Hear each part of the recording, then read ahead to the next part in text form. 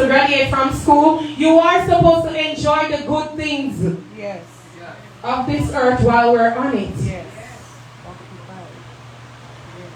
But we look at these things and we think it's okay. Yeah, you know, he didn't graduate, so I saw him steer. I saw him steer, you know. His mother was like that.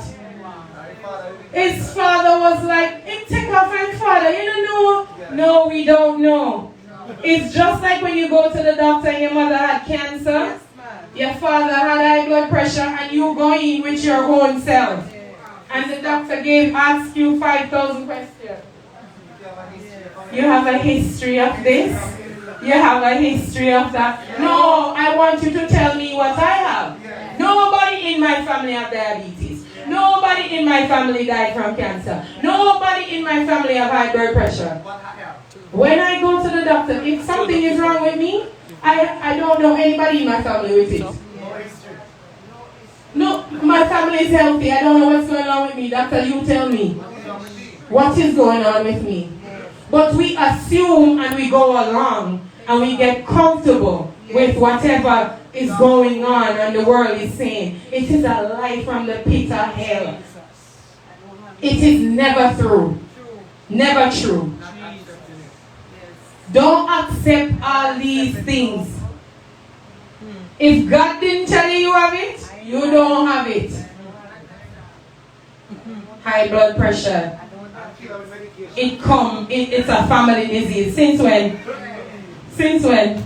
Since when diabetes is a family trait? Since when? It's a lie. And the enemy, when you start to do certain things, and you go certain place, and you open up different channels, and then you get hurt, we then decide that it's just because my family have it. But if you didn't put yourself in the wrong place at the wrong time, you would not have gotten hurt. Believers, we have to know the Lord. Believers, we have to know right from wrong. And the only way we can know right from wrong is if we continue to read our Bible. If you don't read the Bible, then you will think that sayings, you know, like the sayings that we grow up on, is a part of the Bible when they're not. Proverbs, thank you, Chaplain. You would think that the things that your grandparents tell you growing up just to keep you in line is a part of the Bible, and it's not. So, it's 66 books in here. We have many different versions of it if you don't understand King James. Yes. Many different versions. You can even get it on your phone. That can break it down so you can read it and understand it in your way. As Jamaicans, they even have the Bible in patois now. What is the excuse we're going to give? People of God, I am here because when I came back from Jamaica, after praying and all these prayings, I was attacked. Backlash. Because it was revealed through prayers that they said something from my mother, and I went down there and fasted with it. So this is why I was under attack. Servant the first day I hear, right? Servant and all the attacks we call you for servant. You have a fight with own sometimes. But I have a warrior auntie. I have a warrior Pastor Shelly. So that when servant the head is resting, we don't disturb. You know? Some of the things because the enemy clean bowl you. You ever get clean bowl from the enemy? You can't breathe. You're down on your knees. And you're wondering, but God is with you even then. Even in the even in the turbulence, You can sleep. even in the storm, God is with you. And only if you open up your mouth and call out, whether it be Jesus, help me now, glory, whether it be a praise, so that he could put you on somebody's heart. So he could bring you up in front of Pastor Gail, bring you up in front of Pastor Wendy, Pastor Paul and Pastor Joey, and say, I'm going to pray for the sister they do she and that. She need backup. I'm going to help her pray they do. Servant, in my family, marriages don't last. In my family. Right? My grandmother, she never got married. Back in the days, you know, old people like Auntie Titi and all of them, they have out their lot, you know, they have 10, 13, some of them 14 kids, you know, with different suitors. Right? So my grandmother was a part of that, having out their lot. So her children now, 1, 2, maybe 3 or 4 or so married. But the marriages that they're in now, every 7 o'clock, every 3 p.m., storm a blow in the marriages. Because the spirits them don't want to see it happen. My mother has been married since 1985. God continue to bless her union.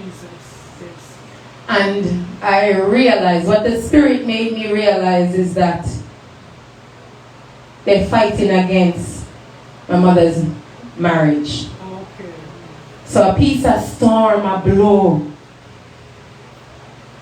That when I got to Jamaica, you know, sometimes you can't take sides.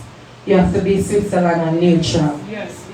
So you sit and you listen to what either side are saying. And then you go pray. Because if you take sides, the ants nest that was like that now become big. And everybody is involved in the ants nest. And it's biting everybody. And everybody's emotion is flying. But if you just listen and say, well, that is your wife. Well, that is your husband. You know, you guys have been married for years. Teeth and tongue will meet. But I'm praying for you. And I went away and I prayed under the mango tree. I prayed by the chicken coop. I prayed under the coconut tree. I prayed in that yard. Back and forth. I prayed in the shop. I prayed everywhere. I just a pray. Yes. Because I don't know what else to do. Prayer works every time. But God. I am Oshada Bandits. But God, Virgin. Yes. It came to the point where it was revealed. And I shared my revelations with my mom and my stepdad, whom I call Daddy. And he even, not a man of God, not a Christian, hasn't been baptized. He said the only person who could have baptized him was servant. You know why he said that? Because the pastors in Jamaica, their lifestyle does not match what they're preaching on Sunday. But because he walked with servant, he came here and he sat in the back. He even helped us pack barrels. And he saw the way how servant, you'd have said in Jamaica, move. You know, servant move. What servant would say, especially when we, you know, we laughing and we saying things or doing things we're not supposed to do, how she will correct us. Right? He saw that. And when he got to Jamaica, it's not 1 or 2 times he was with servant. And he saw how servant lived behind closed doors and while she was in the public. And he said, Lisa, if servant come and pitch a tent, no. She will baptize him. So when I sat down and I spoke to them, they heard what I was saying. And through prayers, things are a lot better now. Hallelujah. Brethren, Hallelujah. if you seek out Hallelujah. to do something, to Hallelujah. change a move, if God is not in it, it will go a certain distance Jesus. and fail or fade away Yes. or sink. But once God Isn't it? is in it, For the long even when you feel like you don't want to pray, Yes. God will wake you up Yes. and you sleep praying. You're like, mighty God, I burnt you. You sleep praying. You doze in and you doze out of the prayer. You wonder what is going on with the praying. But God is hearing you. True.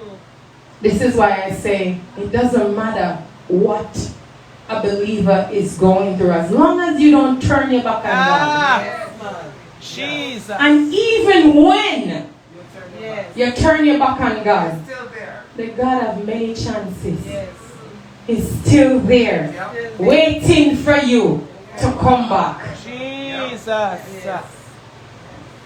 Brethren, I'm not going to say to you the storm is not going to blow. It's gonna. Because the Bible tells us we will have trials, tribulation. We will go through persecution. Yes, man. But Even righteous. it's for us Yes. to know when the enemy is Ah. trying to frustrate our life. Yes. Yes. We can't be ignorant to the schemes of the enemy. Yes. When you feel like the prayer is not praying, you pray a different prayer. You talk some things and nobody be stush. You know what I be stush praying? Oh Lord God, please help. No, you have to go down on your knees. Yes. The crying have to come out. Yes. The nose blowing have to come out. Yes. You have to even some of the time just be still. Ah. Man. Be still. And what though? And listen Yes. and just know. Some of the time you just be like, Father, you don't know what I'm on.